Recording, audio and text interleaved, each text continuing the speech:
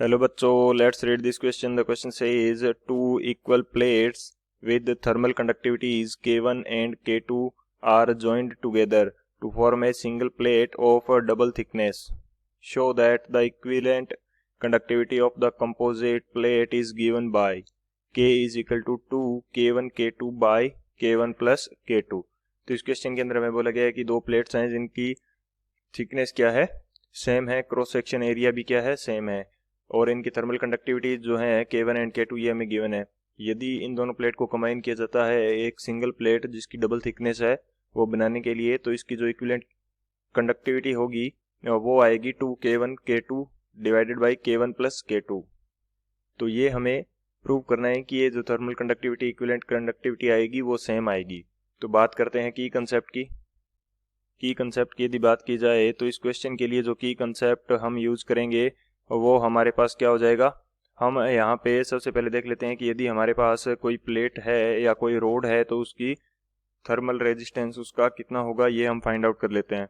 तो फर्स्ट की कंसेप्ट हमारे पास क्या होगा, thermal resistance. Thermal resistance thermal resistance जो है वो फाइंड आउट किया जाएगा सेम जिस प्रकार से हम इलेक्ट्रिकल रेजिस्टेंस फाइंड आउट करते हैं उसी तरह से. तो यहाँ पे मैं मान लेता हूँ कि मेरे पास कोई रोड है जिसका क्रॉस सेक्शन एरिया क्या है, क्रॉस सेक्शन एरिया है हमारे पास A एंड इसकी जो लेंथ है वो हमारे पास है L और इसकी थर्मल कंडक्टिविटी कितनी है हमारे पास K. तो इसका जो रेजिस्टेंस आएगा वो कितना आएगा. यदि सेम डाटा के साथ हमारे पास कोई वायर होती जिसकी कंडक्टिविटी हम क्या मान लेते हैं, सिग्मा कंडक्टिविटी, यदि सिग्मा होती उस वायर की तो उसका इलेक्ट्रिकल रेजिस्टेंस कितना आता, ये हमारे पास आता 1 by sigma into length by area, ये हमारे पास आता. इसी तरह से अब इस रोड के लिए जो थर्मल रेजिस्टेंस आएगा ये हमारे पास कितना आएगा, R is equal to 1 by K into L by area. ये हमारे पास क्या आएगा, थर्मल रेजिस्टेंस. K हमारे पास क्या है, thermal conductivity, L is the length of the road and A is the cross section area. तो ये जो साइड वाला मैंने इलेक्ट्रिकल रेजिस्टेंस के लिए जो शो किया है इसको मैं रफ कर देता हूँ. तो ये हमारे पास आ जाएगा थर्मल रेजिस्टेंस. सेकंड की कंसेप्ट इस क्वेश्चन के लिए हमारे पास क्या होगा कि यदि दो प्लेट्स को हम सीरीज के अंदर कंबाइन करते हैं तो उनके जो नेट रेजिस्टेंस आएगा वो दोनों अलग अलग प्लेट्स के रेजिस्टेंस के सम के इक्वल आएगा. तो यहाँ पे बात कर लेते हैं इन सीरीज जो R नेट हमारे पास आएगा ये कितना आएगा, ये हमारे पास आएगा R1 प्लस R2 के इक्वल. ये हमारे पास आ जाएगा R1 प्लस R2 के इक्वल आ जाएगा. तो यहाँ से हम जो इक्विवेलेंट कंडक्टिविटी है वो फाइंड आउट कर सकते हैं. तो बात करते हैं सॉल्यूशन की. सॉल्यूशन की यदि बात की जाए तो हमें क्वेश्चन के अंदर बोला गया है कि दो इक्वल प्लेट्स हैं. यहाँ पे यदि मैं शो करना चाहूँ तो मेरे पास दो प्लेट्स हैं कुछ इस प्रकार से, दो इक्वल प्लेट्स हैं जिनको सीरीज के अंदर क्या किया गया है, कंबाइन किया गया है. सीरीज के अंदर इनको एक दूसरे के साथ कंबाइन करके एक इक्विवेलेंट प्लेट बनाई गई है. तो इसका क्रॉस सेक्शन एरिया A है, इसका भी क्रॉस सेक्शन एरिया A है.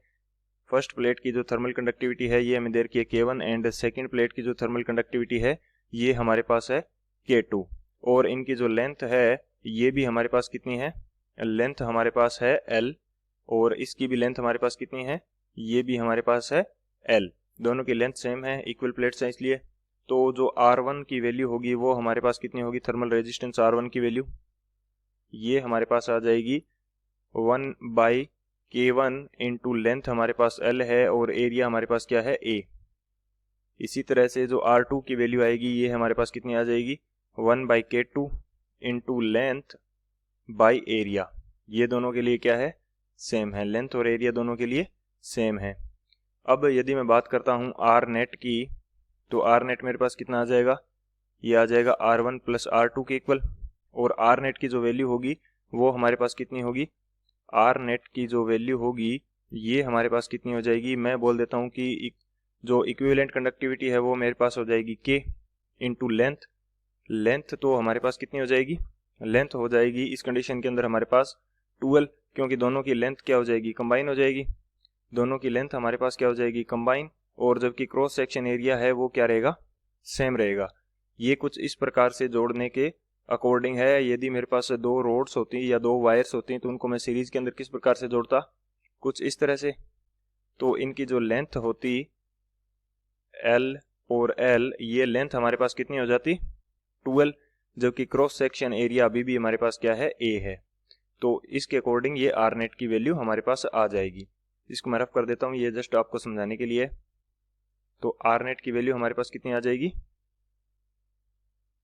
ये आ जाएगी 1/k into 2L by area A। तो ये हमारे पास आएगी R नेट की वैल्यू।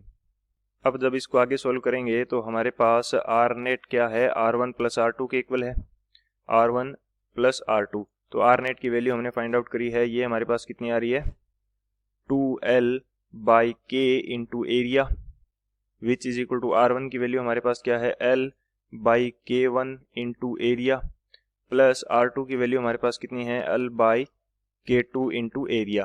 तो यहाँ से L से L कैंसिल हो जाएगा, एरिया से एरिया कैंसिल हो जाएगा, और जब इसको सॉल्व करेंगे तो हमारे पास जो इक्विवेलेंट कंडक्टिविटी है ये कितनी आ जाएगी, ये हमारे पास आ जाएगी 2K1 K2 divided by K1 plus K2 के इक्वल, ये हमारे पास आ जाएगी थर्मल इक्विवेलेंट कंडक्टिविटी।